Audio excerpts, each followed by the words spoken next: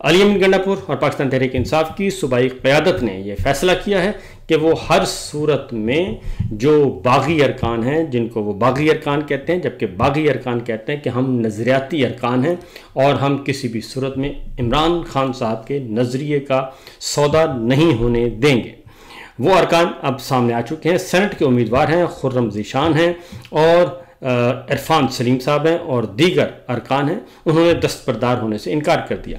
अली अमीन गंडापुर और पाकिस्तान तहरीक इंसाफ की सूबाई क़यादत ने, जो कि सिर्फ अली अमीन गंडापुर जिसको लीड कर रहे हैं, उन्होंने हाथ मिला लिया है पाकिस्तान मुस्लिम लीग नवाज़, पीपल्स पार्टी, JUI, ANP और हुकूमती जमातें जो कि उनकी अपोजिशन जमातें हैं खैबर पख्तूनख्वा में, और जमीयत उलमा इस्लाम मौलाना फजलुर रहमान साहब से।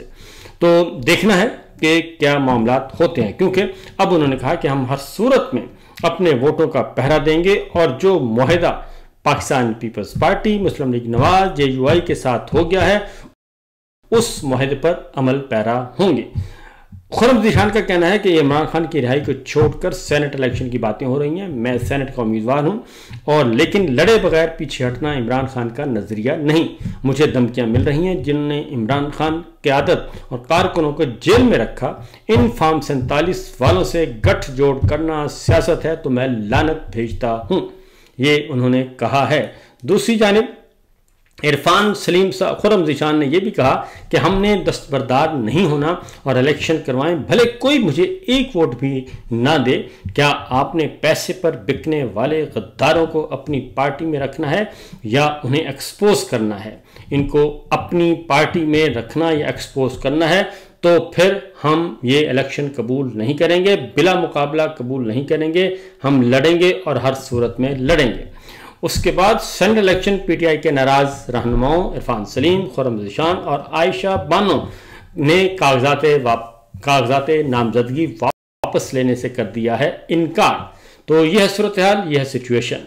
दूसरी जानिब जनाब एक और अच्छी खबर, क्योंकि इस वक्त ज़रूरत है इत्तेहाद व इत्तेफाक की, लेकिन पाकिस्तान तहरीक इंसाफ की जो लीडरशिप है वो आपस में दस्तो गिरबा हैं और उसकी वजह सिर्फ एक है कि इमरान खान साहब भी जेल में हैं, बुशरा बीबी जेल में हैं और शाह महमूद कुरैशी साहब और दीगर सीनियर लीडरशिप वो जेल में हैं और चौधरी परवेज़ इलाही साहब जो कि पार्टी सदर हैं वो भी खामोश हैं। और वो इसी वजह से सारे लोग खामोश हैं कि वो कहते हैं कि हम अपनी इज्जतें बचा के बैठे हैं, क्योंकि कुछ पता नहीं कौन क्या कर दे। इस वजह से ये सारी सिचुएशन इस वक्त जनाब मंजर आम पे आ चुकी है। अब आते हैं ज़रा अगली खबर की तरफ, क्योंकि इस सारी लड़ाई में असल खबरें जो हैं वो फिर दब जाती हैं।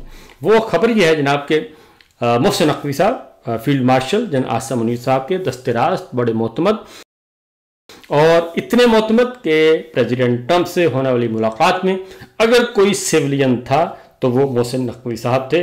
और वो चूँकि उनके फैमिली फ्रेंड भी हैं और रिलेटिव भी हैं, इसलिए मोहसिन नकवी साहब जो हैं वो मौजूद थे और इसीलिए उन पर भरोसा किया जाता है। लेकिन उनकी वजारत के बारे में, उनके दौरे हुकूमत के बारे में 23-24 की ये वजारत दाखिला की रिपोर्ट आ चुकी है और इस रिपोर्ट में ये 23-24 की जो रिपोर्ट है ये है जी काकड़ सरकार उसमें शामिल है और मोहसिन नकवी सरकार भी शामिल होगी और उसके पीछे जो है कुछ अर्सा इम्पोर्टेड सरकार रही है, उस दौर की बातें हैं।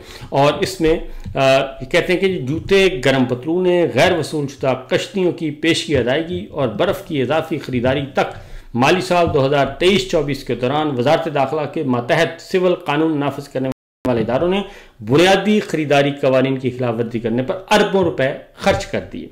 और ये ऑडिट रिपोर्ट है और इस ऑडिट रिपोर्ट में इस बात का इंकशाफ किया गया है कि गैर शफाफ अखराजात, मखसूस कंपनियों को फ़ायदा पहुँचाने और माली असूलों को नज़रअंदाज करने का ये सिलसिला चलता रहा है। और रिपोर्ट में महकमों का ऑडिट शामिल है जिनमें पाकिस्तान रेंजर्स, फ्रंटियर कोर और पाकिस्तान कोस्ट गार्ड शामिल हैं और इन महकमों में भी बेज़ाब्तियाँ देखी गई हैं। और इस सिलसिले में हर डिपार्टमेंट में करोड़ों रुपए की है, मजमूई तौर पर ये अरबों रुपया बनता है। और तकरीबन एक खबर है इसमें कि फ्रंटियर कोर खैबर पख्तूनख्वा शुमाल ने गोश्त, दूध, मुर्गी और कुकिंग ऑयल पर 7 अरब 80 करोड़ रुपए खर्च किए, लेकिन नए मुआहदे करने के बजाय गुज़श्ता साल के मुआहदे में तौसी की गई और नर्ख बढ़ा दिए गए। और इस तरीके से जुराबें, बुनियानें, गरम पतलूने 29 करोड़ 70 लाख रुपए पेशगी अदा किए, लेकिन ये सामान बर वक्त फराहम नहीं हुआ। ये भी ऑडिट में आया है। और इसके साथ साथ ऑडिट में ये भी आया है कि 20,847 जूतों की खरीदारी 6 करोड़ 10 लाख रुपए में खर्च किए गए इस पे, और जो मयार पर पूरा नहीं उतरती जिस कंपनी को ये सब कुछ दिया गया। तो इस तरीके से ये एक भरमार है बेज़ाब्तियों की। कहीं 7 करोड़ है, कहीं 8 करोड़ है, कहीं 18 करोड़ है, और 1.8 अरब रुपए की तनख्वाहों और अलाउंसेस की अदायगी के लिए एक निजी बैंक की खिदमात हासिल की गई। ताहम इसमें कंपिटिटिव जो असूल है उसको नहीं मरहूज़ खातिर रखा गया। ये है जनाब सूरत हाल। और फिर ये अंसार अब्बासी की रिपोर्ट है, और उन्होंने कहा, ऑडिटर जनरल की रिपोर्ट है, लेकिन इसको शाया किया है अंसार अब्बासी साहब ने, और उसने कहा कि वजारत दाखिला के तर्जुमान से मुतअद्दिद बार रब्ता किया गया, लेकिन रब्ता नहीं हो सका और कोई जवाब मौसूल नहीं हुआ। अब एक और ख़बर की तरफ बढ़ते हैं, और वो ख़बर है जनाब इमरान खान साहब को जो रखा है सख्त तरीन हालात में।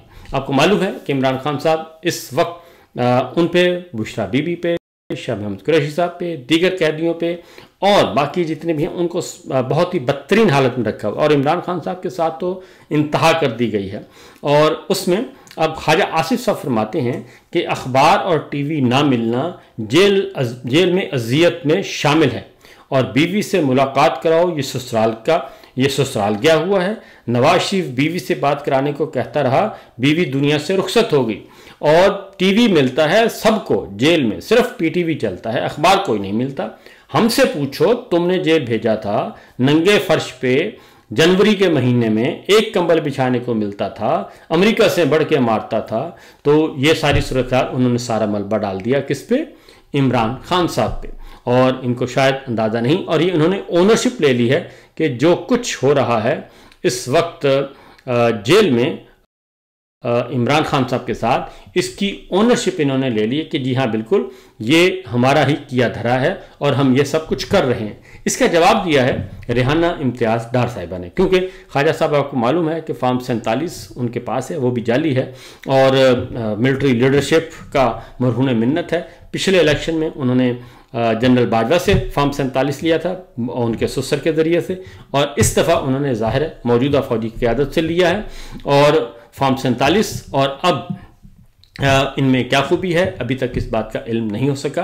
तो लेकिन रेहाना इम्तियाज़ डार साहिबा जो कि जीती हुई हैं, ख्वाजा साहब से हारी हुई नहीं, जीती हुई हैं, और उनकी सीट पर ये काबिज़ हैं, और उनकी पेटिशन भी है, उनको भी कोई नहीं सुन रहा।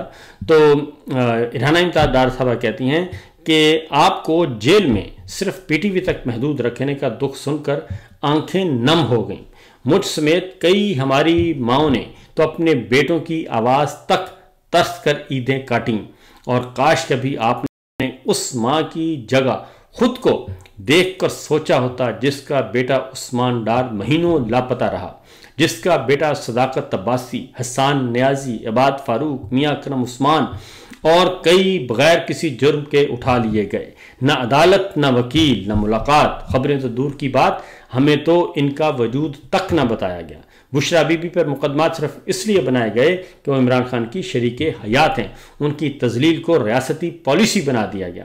डॉक्टर यास्मीन राशिद कैंसर से लड़ती हुई एक बुजुर्ग और बाहिम्मत खातून हैं, आज भी सलाखों के पीछे सिर्फ अपने नज़रिए की सज़ा भुगत रही हैं। शाह महमूद कुरैशी, मियाँ महमूद रशीद, उमर चीमा, एजाज चौधरी और 20 सियासी कैदी जिन पर जुर्म सिर्फ एक है और इमरान खान के साथ खड़े रहना।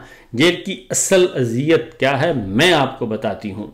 ये रेहाना इम्तियाज़ डार ख्वाजा साहब को लताड़ रही हैं और कह रही हैं कि जब इबाद फारूक का बेटा बाप की राह तकते तकते दुनिया से रुखसत हो जाता है, जब हसन नियाजी की माँ हाथ उठाकर सिर्फ अपने बेटे की खैरियत मांगती है, और जब शहरयार अफरीदी जेल में बहन और भाई दोनों की वफात की खबर सुनते हैं और आखिरी दीदार भी नहीं कर पाते, तो ख्वाजा साहब हमने इक़्तिदार की नहीं असूलों की कीमत अदा की है, और ये एनआरओ याफ्ता चेहरे जो इक़्तिदार के बदले नज़रिया बेच चुके वो हमें मज़ाहमत और कुर्बानी का दर्स ना दें।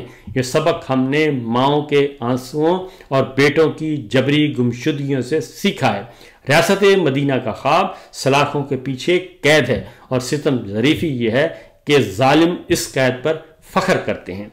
ये मामला है जी। और इस तरीके से ये एक तरह से इकबाल जुर्म किया है ख्वाजा साहब ने कि जनाब जो कुछ इमरान खान साहब के साथ हो रहा है वो उसके बिल्कुल उसकी ओनरशिप भी ले रहे हैं, और वो कह रहे हैं कि जनाब जी हाँ बिल्कुल ये हम ही करवा रहे हैं, और जो हो सकता है आप कर लें।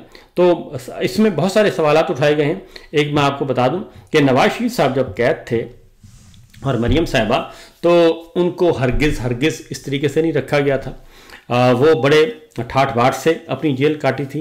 ख्वाजा साहब को भी ठाठ बाट से जेलें काटी थी, और ख्वाजा साहब से भी जो ख्वाजा साहब को उस वक्त अगर कोई हल्की फुल्की आंच आई है तो उसके मरहूने उसके भी जिम्मेदार जो हैं वो इमरान खान साहब नहीं थे, बल्कि उस वक्त के जनरल साहब थे जिनसे उन्होंने फॉर्म 47 लिया था।